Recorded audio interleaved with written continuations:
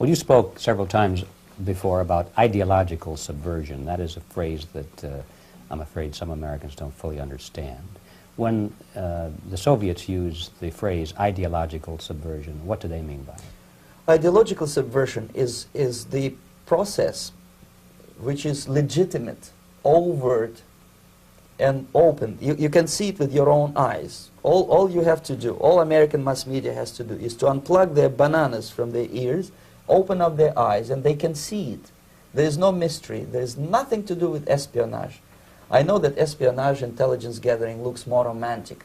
It sells more deodorants through the advertising, probably. That's why your Hollywood producers are so crazy about James Bond type of thrillers. But in reality, the main emphasis of the KGB is not in the area of intelligence at all. According to my opinion and opinion of many defectors of my caliber, only about 15% of time, money, and manpower is spent on espionage as such. The other 85% is a slow process which we call either ideological subversion or active measures, активные мероприятия in the language of the KGB, or psychological warfare. What it basically means is to change the perception of reality of every American to such an extent that despite of the abundance of information, no one is able to come to sensible conclusions in the interests of defending themselves, their families, their community, and their country. It's a great brainwashing process which goes very slow, and it's divided in 4 basic stages. The first one being demoralization. It takes from 15 to 20 years to demoralize a nation. Why that many years? Because this is the minimum number of years which requires to educate one generation of students in the country of your enemy, exposed to the ideology of the enemy. In other words, Marxism-Leninism ideology is being pumped into the soft heads of at least 3 generations of American students without being challenged or counterbalanced by the basic values of Americanism, American patriotism. The result you can see. Most of the people who graduated in the 60s, dropouts or half-baked intellectuals, are now occupying the positions of power in the government, civil service, business, mass media, educational system. You are stuck with them. You cannot get rid of them. They are contaminated. They are programmed to think and react to certain stimuli in a certain pattern. You cannot change their mind, even if you expose them to authentic information, even if you prove that white is white and black is black, you still cannot change the basic perception and the logic of behavior. In other words, these people, the process of demoralization is complete and irreversible. To get rid society of these people, you need another 20 or 15 years to educate a new generation of patriotically minded and common sense people who would be acting in favor and in the interests of United States society. And yet these people who've been programmed and, as you say, in place and who are favorable to an opening with the Soviet concept, these are the very people who would be marked for extermination in this country? Most of them, yes. Simply because the psychological shock when they will see in future what the beautiful society of equality and social justice means in practice, obviously they will revolt. They will be very unhappy, frustrated people. And the Marxist-Leninist regime does not tolerate these people. Obviously they will join the links of dissenters, dissidents. Unlike in present United States, there will be no place for dissent in future Marxist-Leninist America. Here you can get popular like Daniel Ellsberg and filthy rich like Jane Fonda for being dissident, for criticizing your Pentagon. In future, these people will be simply squashed like cockroaches. Nobody is going to pay them nothing for their beautiful, noble ideas of equality. This they don't understand, and it will be a greatest shock for them, of course. The demoralization process in the United States is basically completed already. For the last 25 years, actually it's overfulfilled, because demoralization now reaches such areas where previously not even Comrade Andropov and all his experts would even dream of such a tremendous success. Most of it is done by Americans to Americans, thanks to lack of moral standards. As I mentioned before, exposure to true information does not matter anymore. A person who was demoralized is unable to assess true information. The facts tell nothing to him. Even if I shower him with information, with authentic proof, with documents, with pictures, even if I take him by force to the Soviet Union and show him concentration camp, he will refuse to believe it until he is going to receive a kick in his fat bottom. When a military boot crashes his, then he will understand, but not before that. That's the tragic of the situation of demoralization.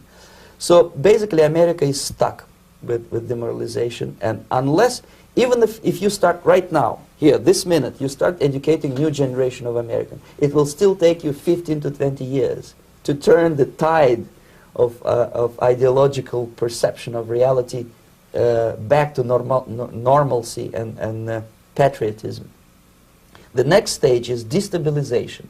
This time, subverter does not care about your ideas and the patterns of your consumption. Whether you eat junk food and get fat and flabby, it doesn't matter anymore. This time, and it takes only from 2 to 5 years to destabilize a nation, what matters is essentials: economy, foreign relations, defense systems. And you can see it quite clearly that in some areas, in such sensitive areas as defense and economy, the influence of Marxist-Leninist ideas in the United States is absolutely fantastic. I could never believe it 14 years ago when I landed in this part of the world, that the process will go that fast. The next stage, of course, is crisis. It may take only up to 6 weeks to bring a country to the verge of crisis. You can see it in Central America now. And after crisis, with a violent change of power, structure, and economy, you have so-called the period of normalization. It may last indefinitely. Normalization is a cynical expression borrowed from Soviet propaganda. When the Soviet tanks moved into Czechoslovakia in '68, Comrade Brezhnev said, "Now the situation in brotherly Czechoslovakia is normalized." This is what will happen in the United States if you allow all these schmucks to bring the country to crisis, to promise people all kind of goodies and the paradise on earth, to destabilize your economy, to eliminate the principle of free market competition, and to put a big brother government in Washington, D.C., with benevolent dictators like Walter Mondale, who will promise lots of things, never mind whether the promises are fulfillable or not. He will go to Moscow to kiss the bottoms of new generation of Soviet assassins. Never mind. He will create false illusions that the situation is under control. Situation is not under control. Situation is disgustingly out of control. Most of the American politicians, media, and educational system trains another generation of people who think they are living at a peacetime. False. United States is in the state of war, undeclared total war against the basic principles and the foundations of this system. And the initiator of this war is not Comrade Andropov, of course. It's the system. However ridiculous it may sound, the world communist system or the world communist conspiracy, whether I scare some people or not, I don't give a hoot. If you are not scared by now, nothing can scare you. But you don't have to be paranoid about it. What actually happens now, that unlike myself, you have literally several years to live on unless the United States wake up. The time bomb is ticking. With every second, the disaster is coming closer and closer. Unlike myself, you will have nowhere to defect to, unless you want to live in Antarctica with penguins. This is it. This is the last country of freedom and possibility. Okay, so what do we do? What is your recommendation to the American people? Well, the immediate thing that comes to my mind is, of course, There must be a very strong national effort to educate people in the spirit of real patriotism, number one. Number two, to explain them the real danger of socialist, communist, whatever, welfare state, big brother government.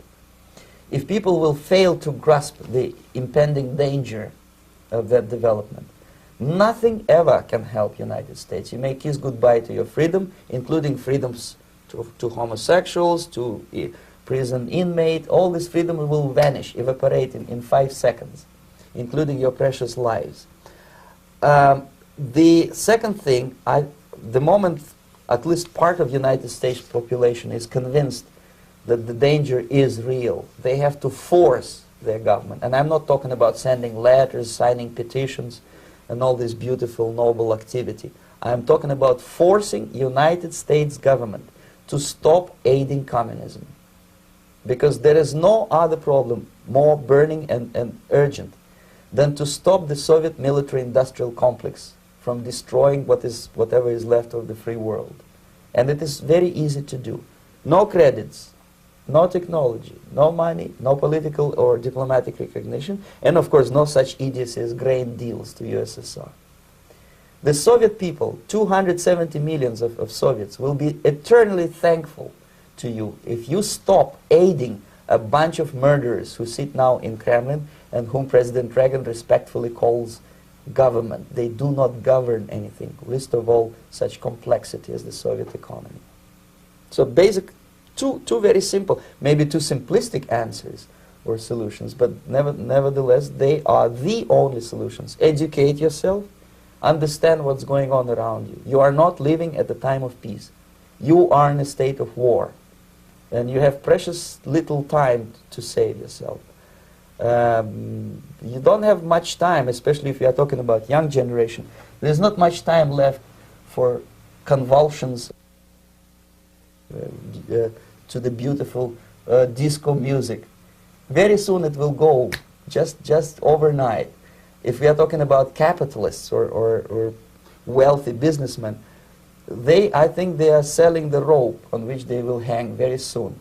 If they don't stop, if they cannot curb their unsettled desire for profit, and if they keep on trading with the monster of the Soviet communism, they are going to hang very soon.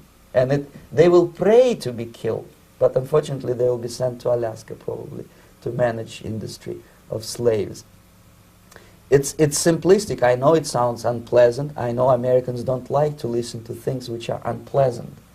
But I have defected not to tell you the stories about such idiocy as microfilm, James Bond type espionage. This is garbage. You don't need any espionage anymore. I have come to talk about survival. It's a question of survival of this system.